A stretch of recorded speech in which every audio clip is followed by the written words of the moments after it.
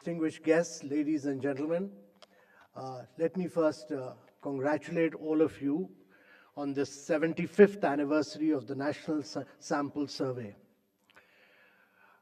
This institution, born in the very early years of independent India, has grown into the backbone of evidence-based policy making and has played a very indispensable role in shaping the economic and social trajectory of India. 75 years ago, in 1950, when India was still finding its feet as a newly independent nation, Professor P.C. Mahalanobis recognized the urgent need for a systematic and very scientific approach to data collection. Until then, India lacked comprehensive statistical insight on household income, employment, agriculture, and industry. The establishment of the NSS was a pioneering step to bridge this critical information gap. Starting from its first survey in October 1950, NSS rapidly expanded its scope, capturing rural and urban realities, employment trends, consumer expenditures, agriculture productivity, and public health indicators. Today, it remains a symbol of excellence in statistical surveys, ensuring that every major economic and social policy in India is rooted in data. Moving ahead, ladies and gentlemen, it gives me immense pleasure in introducing you to our Honorable Secretary, Ministry of Statistics and Program Implementation, Dr. Saurav Ghali. Under his leadership, the Ministry of Statistics and Program Implementation is advancing towards national growth and advancement of the country. Now I request Sir to please come forward to deliver his opening remarks and address the august gathering with your insightful words. Honorable Minister, Rao Indrajit Singh Ji, my colleagues, Geeta, DG of NSS, Kishore, the ADG, members of the National Statistical Commission, eminent academicians, other colleagues who have been associated with the National Sample Survey and the Ministry of Statistics, my colleagues from different parts of the country, I think, and the field staff, enumerators, supervisors from all the 153 offices across the country. The work which the NSS does, which all of you do, you have come from different parts, ultimately defines what is the narrative about the country, not only internally, but even externally. I think it's the data that you produce, the more than 13,000 markets every month that you visit, which determines the price data and therefore the inflation data, determines the monetary policy, which was just released today also. And this happens month after month, day after day, you are going to the field. And I think the critical importance of the work that all of you do, I can only highlight it on this occasion. I don't want to go into the history of the NSS. I think all the eminent speakers before me have spoken about it. But the fact remains that as far back as 1950, there were 1,883 villages visited in the very first sample survey of 1950-51. And of course, we have traversed a long way from there, with currently in different surveys, we survey 4 lakh individuals under the periodic labor force. Similarly, more than 4 lakh enterprises under the annual survey of unincorporated sector enterprises, and 1.3 lakh households under the time use survey, which in itself is a very, very unique survey. The time use survey for 2024 would soon be released, hopefully in the next few weeks itself. And these quality of these surveys has only improved because of the work which all of you have been doing. The other area which I would just like to focus on, since all the field staff are here today, is the focus that we have given on training. I'm sure many of you would have already participated in the IGOT the platform that is there for training so that all of you can update your skills, but more importantly to ensure that each of our zonal offices, we've adding capacity to ensure that training can be given much more effectively. The infrastructure of the regional offices is something which is of a major focus, and we hope that as we move forward, we will continue to upgrade and ensure that good working conditions are further improved for all of you. Standardization of uniforms and ensuring that we get your feedback to improve the questionnaire and improve the computer-aided personal information tablets that is something which is ongoing. So I would just like to once again congratulate all the field staff who are here from across the different offices that the work that you have been doing over the past many years, many of the predecessors that have been doing, and we hope that we will continue to provide real-time evidence to policy making to ensure that in our path towards a Viksit Bharat 2047, NSS continues to guide and ensure that policies are so much better and focused on the citizens of the country.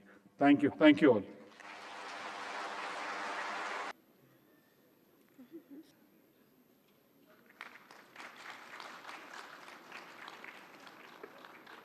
Now we invite our moderator, Shri Praveen Srivastava, to lead this conversation.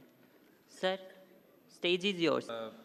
We've had an interesting series of discussions and papers, and it all focuses on the strength of the NSS and how it can improve. We had a glorious past, but to be the best, you have to remain the best, and we continue to get committed to being the best. So we like to hear from the panelists on various issues. We had heard issues about the sampling frame, how we can improve upon it, and how we can interoperate data across different platforms. The fact that you have a lot of administrative data sets available today. I'd like to switch the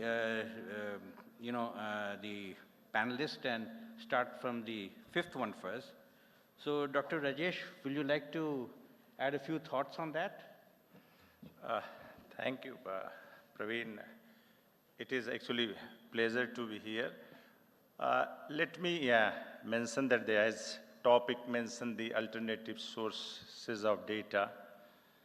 Looking at my experience working in the NCAR for 20 years, undertook approximately 23 national level studies on various topics sponsored by the government ministries and department, ranging from the impact evaluation, cross-sectional, which is important looking at alternative data sources. In 2004-05, when we were taking the household income survey, and when it comes to income survey, it is known that the government is not collecting data on the household income. And it is long ago, and there are several committee, 10 or 15 committee constituted, but still NSS is working, and I hope very soon it will be in the somehow. But institution like NCAR, currently I am heading the People Research, India's consumer economy. We have undertaken actually the 3 rounds of income survey in the country. In 2014, 16, 2021, and planning to go in 2025. And let me say that we are not doing in the isolation. We are doing in the, you can say, very much coordination with the expert, and the conceptualization happened when we have hired Dr. N.S. Shastri as advisor to the NCAR. And we have followed the international, and it's still, like Professor G.C. Banna is also actually so it is conceptualized. First thing is how it can be done actually. Second thing is, I would like to also mention that these are the open data sources. It is all micro level data in the public domain. We have actually bring into the public domain for research and analysis. Why I'm saying is the government can't do everything actually. So here, what actually we have heard, there should be a collaboration with the like-minded actually institutions which can actually contribute to the national policy, economic policy. And let me say that if you have heard recently 2 discussions in last budget, everywhere is the middle class and middle class. What is the size of middle class? How to estimate it? The first report we have published in 2023, Indian middle class, and it is available up to city level, and this is based on the income. So some measure is there. I am not saying it might be not perfect, but some measure is there, and we are giving the income distribution, which gives actually the income cutoff. You can define your middle class. You can take the micro data, you can define yours. So I am saying similarly, the income inequality, Praveen, a lot of discussion Piketty is doing. But are we able to answer the income inequality in India? Yes, we have answered. There are 11 surveys conducted in India on income distribution, and that is showing actually the trend. So that is the data, alternative data, need to be looked into, and I believe there is a lot of scope and synergy if it is created and generated in this one, it can help in the policy making. So there, as I totally actually, in the first instance, I would like to just mention this, what we are actually collecting, it is totally sponsored by the private bodies, not a single penny from the government. It is total Tata Trust money, and thanks to Tata Trust for the entire support. So I am saying there are people, those who are supporting such type of exercise, but I can just mention anyone in this. I believe this is the best group. This is the free data, 60,000 record. And let me say, we have collaborated with the Paris School of Economics, Piketty is using. We are not scared, and it is something like what he is going to say. It is IGDR, Delhi School of Economics, IIT, Roorkee, BHU University, all these, and we have given a student to analyze this data, come up with the actually responses. So what I would like to just mention in the first instance is, there is a lot of synergy and there is a lot need to be done, where I believe in the last session, where the research institution and MOSPI come together and do something to achieve the goal of developed Bharat with the proper insight, timely and actionable, actually the insight to take a right decision.